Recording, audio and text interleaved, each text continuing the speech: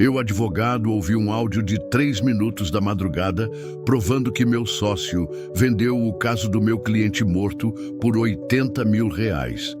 O que descobri nos próximos 7 anos mudou tudo. Deixa eu te contar uma coisa que até hoje me faz acordar suado às 3 da manhã. Meu nome é Rafael, tenho 41 anos, sou advogado criminalista há 18 anos aqui em Curitiba. Sempre trabalhei com casos difíceis, aqueles que ninguém quer pegar. Defesa de acusados que todo mundo já condenou antes do julgamento.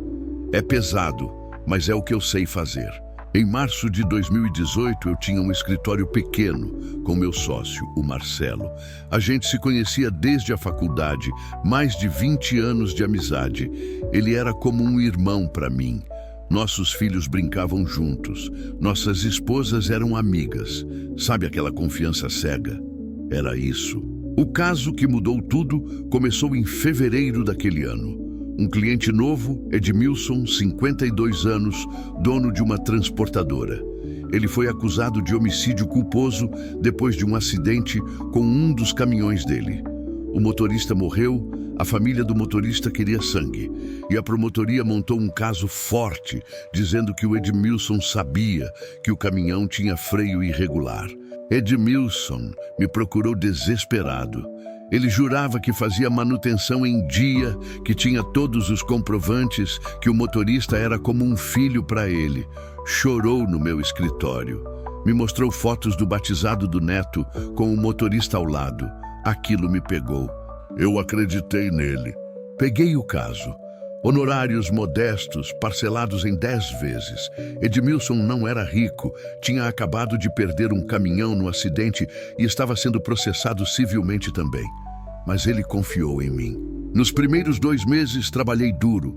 Juntei laudos, conversei com mecânicos, peguei histórico de manutenção. Tudo indicava que o Edmilson estava certo. Mas a pressão da promotoria era enorme e o juiz estava inclinado a aceitar a denúncia. Aí veio a reviravolta. Em abril de 2018, o Edmilson morreu. Infarto fulminante. Ele estava no escritório dele, sozinho, e quando o filho chegou de manhã, ele já estava frio.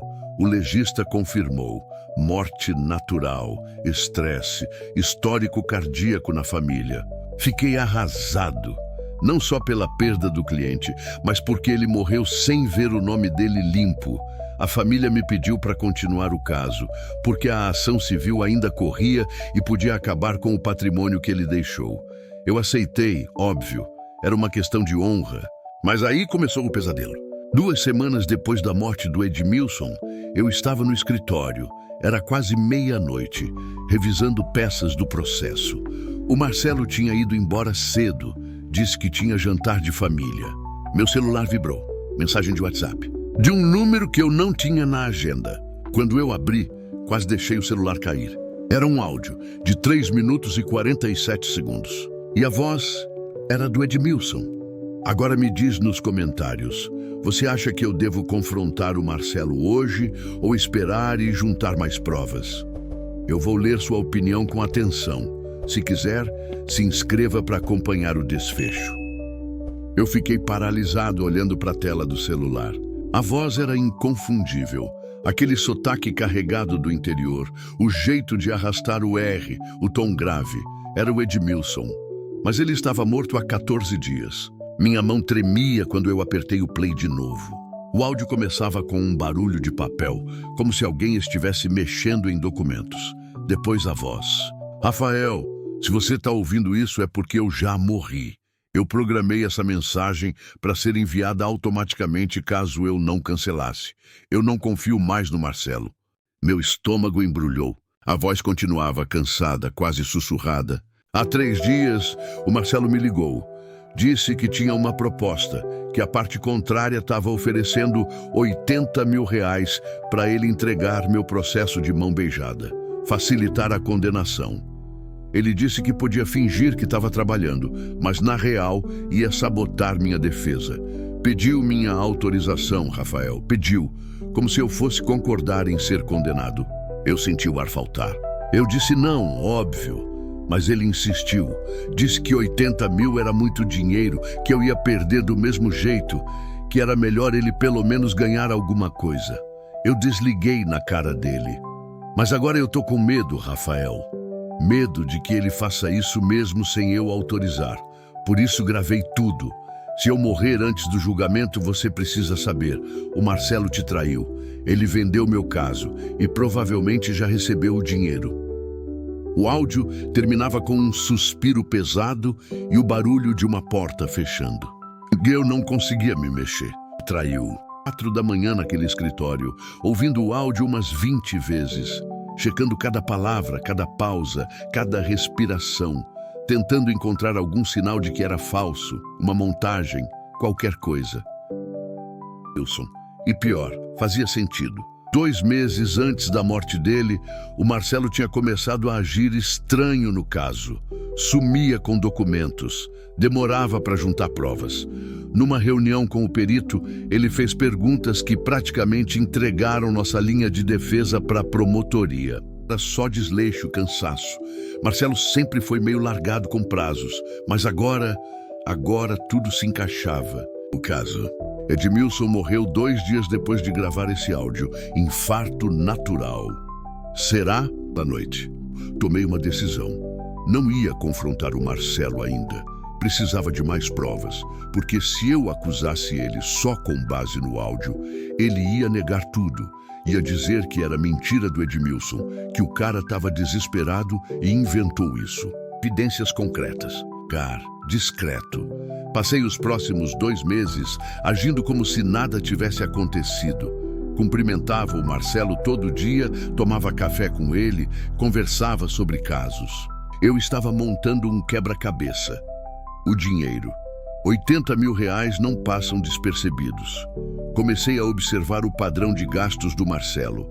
Ele tinha comprado um carro novo em maio, um Civic. Na época ele disse que era financiado, parcelas pequenas. Mas quando eu vi a nota fiscal, ele deixou em cima da mesa uma vez, o carro estava quitado à vista. A movimentação processual. Fui revisar cada decisão, cada prazo, cada petição que o Marcelo tinha feito no caso do Edmilson. E aí eu vi.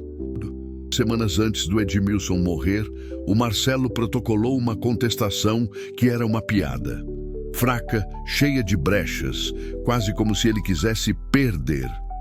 Na época, eu tinha brigado com ele por isso, e ele refez a peça. Mas a primeira versão já tinha sido juntada aos autos. O estrago estava feito. Marcelo tinha se reunido 3 vezes com o advogado da parte contrária, o Dr. Henrique, sem me avisar. Reuniões informais, ele disse quando eu perguntei, para tentar um acordo. Mas agora eu sabia. Era para combinar o preço da traição. Testemunha-chave. Havia uma testemunha crucial, o seu Antônio, mecânico que fazia a manutenção dos caminhões.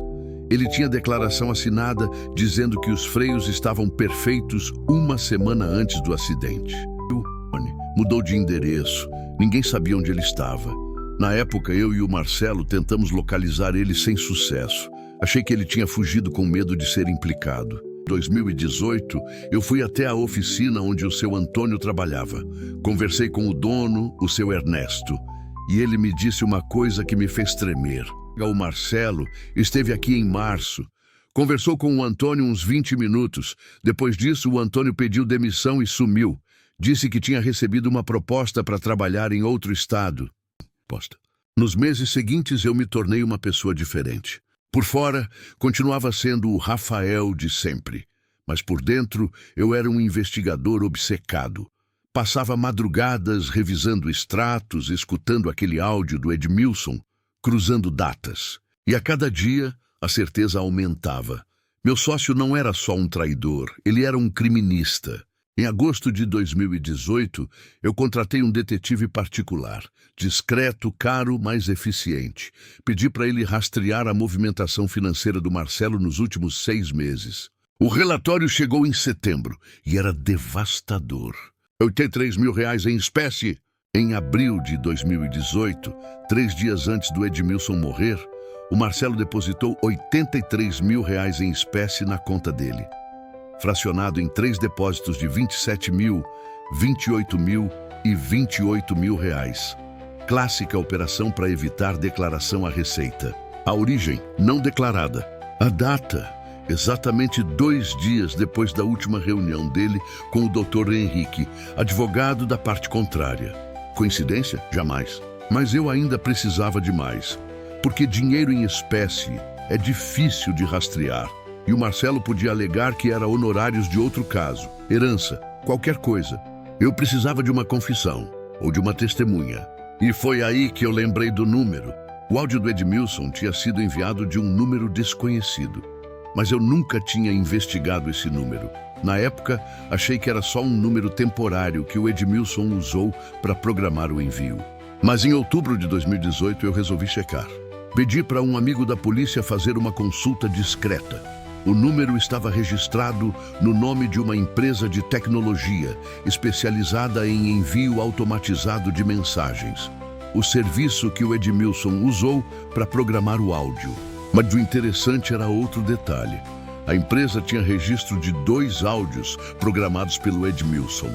Não 1, 2. O primeiro eu já tinha recebido. O segundo estava programado para ser enviado só se o Edmilson morresse antes de uma data específica, 15 de maio de 2018. Ele morreu dia 12 de abril. O áudio foi enviado, mas não para mim. Foi enviado para o celular do Marcelo. Eu não tinha acesso ao celular do Marcelo, mas eu tinha a empresa de envio automatizado. Voltei lá pessoalmente em novembro de 2018.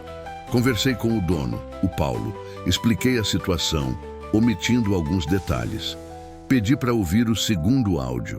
Ele hesitou. Questões de privacidade, ele disse.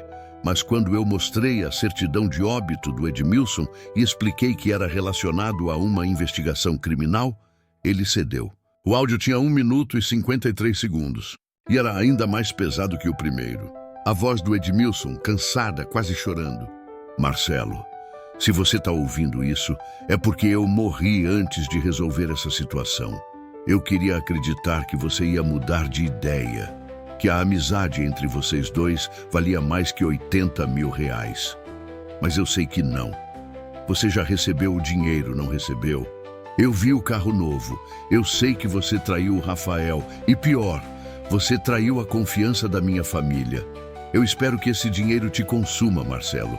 Eu espero que você nunca mais consiga dormir em paz, porque eu vou te assombrar. Mesmo morto, eu vou fazer você pagar. A gravação terminava com um soluço. Eu saí daquela empresa tremendo, não de medo, de raiva. O Edmilson sabia que ia morrer. Ele programou os áudios porque sabia que o estresse do caso, a traição do Marcelo, a pressão, tudo isso ia matar ele. E matou. E o Marcelo tinha recebido esse áudio e não fez nada, continuou com o dinheiro, continuou fingindo ser meu sócio, continuou sorrindo para mim todo dia. Mas eu ainda não tinha tudo, porque para confrontar ele, para expor ele publicamente, eu precisava de prova judicial. Precisava de algo que linkasse o dinheiro ao Dr. Henrique, que mostrasse que houve acordo prévio. E foi aí que eu tive a ideia. O Dr. Henrique era famoso por ser meticuloso. Ele documentava tudo. Então, se ele tinha pago o Marcelo, provavelmente tinha algum registro. Em dezembro de 2018, eu protocolei uma ação contra o Dr. Henrique por má-fé processual, alegando outras irregularidades. Durante a instrução, pedi acesso aos registros contábeis dele relacionados ao caso do Edmilson. E em fevereiro de 2019, bingo, havia um recibo escondido numa pasta de despesas operacionais. Data, abril de 2018. Valor, 80 mil reais. Descrição, consultoria jurídica externa, caso transportadora.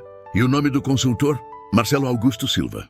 Meu sócio. Eu esperei mais 4 anos para confrontar o Marcelo. Não porque eu tivesse medo, mas porque eu queria destruir ele da forma certa, legal, definitiva. Usei esses 4 anos para juntar cada pedaço de evidência, cada documento, cada testemunha. Conversei com a família do Edmilson e expliquei tudo. Eles autorizaram uma ação criminal contra o Marcelo e contra o Dr. Henrique por corrupção ativa e passiva, advocacia desleal e formação de quadrilha. Em março de 2023, exatos 5 anos depois do início do pesadelo, eu protocolei a denúncia. E numa manhã de abril de 2023, eu chamei o Marcelo no escritório. Fechei a porta. Sentei na frente dele e coloquei o celular na mesa com o áudio do Edmilson aberto. "Aperta o play", eu disse. Ele olhou para mim confuso. "Aperta!" Ele apertou. E quando a voz do Edmilson começou: "Rafael, se você está ouvindo isso é porque eu já morri. Eu não confio mais no Marcelo." O rosto dele ficou branco. Ele tentou desligar. Eu segurei a mão dele. "Escuta até o fim." O áudio tocou completo. Os 3 minutos e 47 segundos. E depois eu coloquei o segundo áudio, o que foi enviado para o celular dele. Quando terminou, o Marcelo estava suando frio. "Eu posso explicar", ele disse. "Não precisa. Eu já juntei tudo. O recibo do Dr. Henrique, o depósito de 83 mil, a testemunha que sumiu, as peças processuais sabotadas, tudo." Ele começou a tremer. "Rafael, era só um caso. O Edmilson ia perder de qualquer jeito. Eu só..." "Para!" Eu me levantei. "Você traiu um homem que confiou em você. Você traiu a família dele. Você me traiu. E pior, você traiu a profissão. Você pegou o dinheiro para destruir a defesa de um inocente." "Ele não era inocente, Rafael. O caminhão..." "Era sim!" eu gritei. O laudo pericial final, que saiu 3 anos depois da morte dele, provou que o freio foi sabotado por terceiros. O Edmilson era inocente e você ajudou a condenar um morto. O Marcelo desabou. Chorou, pediu perdão, disse que precisava do dinheiro, que estava endividado, que foi fraco. Eu não senti pena nenhuma. "A justiça chegou!" "Você tem 2 opções", eu disse. "Ou você devolve todo o dinheiro para a família do Edmilson, renuncia à OAB e confessa tudo em juízo. Ou eu te processo criminalmente e você vai preso por no mínimo 6 anos. Ele escolheu a primeira. Em maio de 2023, o Marcelo assinou confissão completa, devolveu 120 mil reais.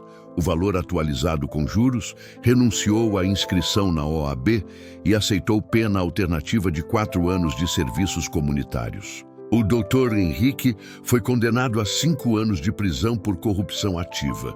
E a família do Edmilson finalmente viu o nome dele limpo. O processo civil foi arquivado, a memória dele restaurada. Depois dessa virada, comenta aqui: "O que você faria no meu lugar sem pensar 2 vezes? Se essa história te prendeu, deixa um like bem discreto só para me mostrar que você quer mais casos assim." Sabe o que mais me marca nessa história? Não é a traição, não é o dinheiro, não é nem a prisão do Dr. Henrique. É o áudio, porque até hoje, quando eu escuto aquela voz do Edmilson, eu sinto que ele sabia. Ele sabia que ia morrer. Ele sabia que o estresse, a pressão, a traição, tudo isso ia acabar com ele. E mesmo assim, ele lutou. Programou os áudios, deixou as provas, garantiu que mesmo morto a verdade viria à tona. Ele foi literalmente meu cliente mais persistente. Hoje, 7 anos depois daquele áudio de madrugada, eu tenho o escritório só para mim. Ainda pego casos difíceis. Ainda defendo quem ninguém quer defender. Mas tem uma coisa que mudou. Eu nunca mais confio cego. Porque aprendi que a traição não vem de estranhos. Vem de quem divide café com você todo dia. E às vezes, só às vezes, é preciso um morto para te abrir os olhos.